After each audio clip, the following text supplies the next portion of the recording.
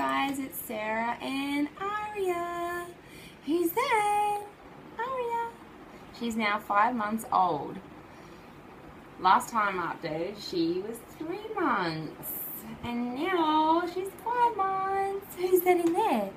So she had her 4-month needles a couple weeks ago. We're a bit late on it because we were on holiday.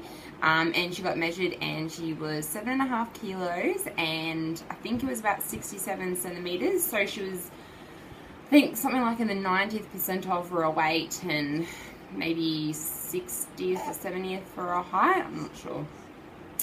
She is now sitting up by herself. So no hands. But she does like wobble over if she goes out to reach something. Yeah, so she's not like the absolutely best at it, but she has sat up sooner than my son. My son was, I think, maybe 5.5 months, so not too much further ahead. She's rolling over. She's rolled over from 19 weeks. She was a little bit later than my son. My son was 13 weeks, I think, so she was a bit late on that. She's a little bit of a chubba, so I don't know if that's got anything to do with it. I thought she was going to roll over at 10 weeks, so it was that close. And now she likes to grab out, so she likes to grab out to my face or to toys and put them in her mouth. Everything is starting to go, like she's reaching for this little bell. So everything is starting to go in the mouth, which is always a fun stage. Have to be really careful now that I've got my son, who's 3 now, Jackson, what he leaves around on the floor, because soon enough she'll be crawling and obviously wanting to put everything in her mouth. She does get like a good meter or so by pushing her little legs and her face on the ground and pushing, you know, if she's on the carpet. Obviously it's not crawling, but that's what my son started to do too. He would get he'd do a full circle by pushing his legs. She does like to stand. Last time around she didn't like to stand, but she's gotten a lot more stronger in her little legs. And if she's in the car seat, she prefers to sit up straight. So she's rear facing at the moment. But what else, Missy?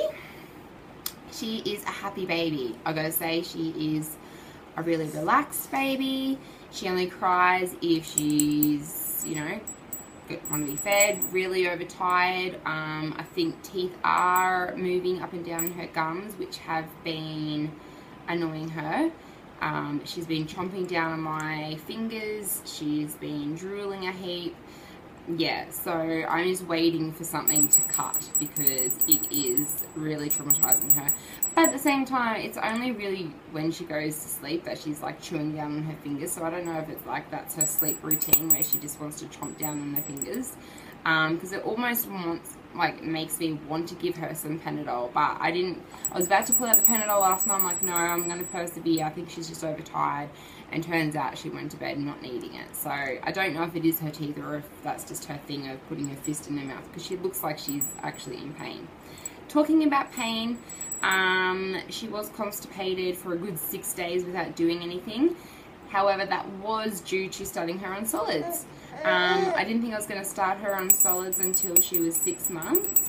However, she was like eyeing off my food and watching me eat, and I put a little bit of, I was eating this like natural homemade mango ice cream, and I put like a little bit up to her lip, and she was like she went out to grab the spoon and to shove it in her mouth, and my grandmother was there and she's like, oh, let's try her on some solids. I'm like, oh, I really wanted to wait. She's like, oh, let's just try. So we ended up getting a bit of, because we ended up having sweet potato for lunch. We ended up giving her some sweet potato and she loved it. So ever since then, I haven't, like, it's not like it's a 3 meal a day. She was only getting like 1 lot of solids a day.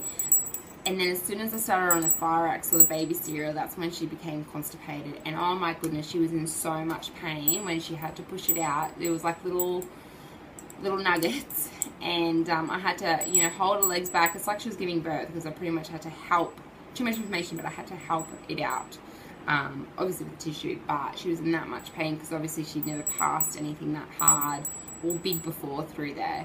But now I think her body is digesting food a lot better, and I'm not giving her baby cereal.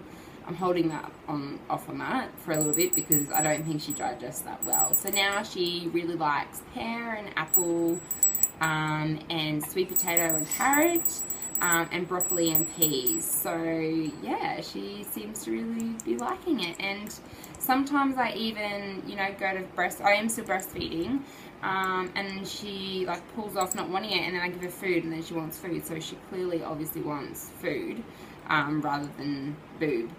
But the breastfeeding is going really well. I don't know when I'm going to stop. I don't know if I'm going to let her decide. My son decided at 9 months that, you know, he just wanted the bottle, because I was starting to introduce the bottle a little bit more.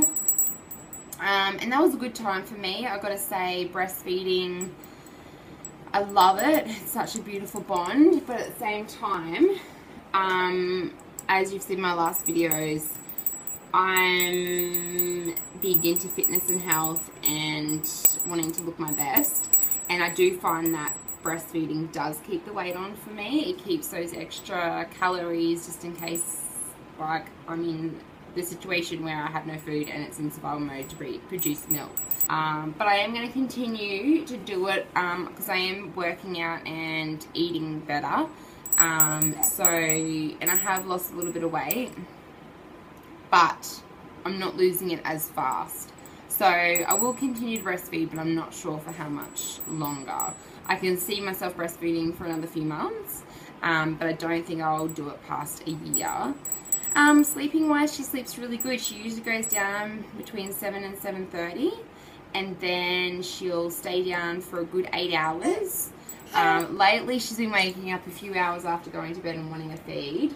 But she'll usually go for 8 hours at night, wake up for the day between 6:30 and 7:30 in the morning.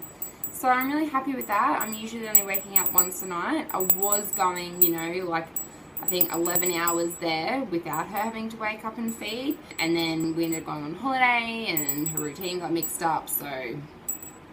But I'm happy with that. No, that doesn't bother me at all. She likes the car now. She doesn't mind it. She doesn't mind the pram. That's the jumperoo. Who's that? Who's that in there? And she's usually a really smiley baby when I'm like looking down at her. I don't think she can you see yourself? No. Oh, and quickly, she had her first swimming lesson today. So, and she loved it. She loves the water. We've been to the beach a few times with her, and she just loves it. So she's going to be a little water baby like her brother. I think that's about it. She takes after my husband a lot more than me. As you can see, I've got tanned olive skin. It's natural, not tanned. It's not spray tan. But my husband has fairer skin, and she definitely have to like slather up on the sunscreen, whereas my son from her age could pretty much be in the sun with no sunscreen and not get burnt, but she's a little whitey.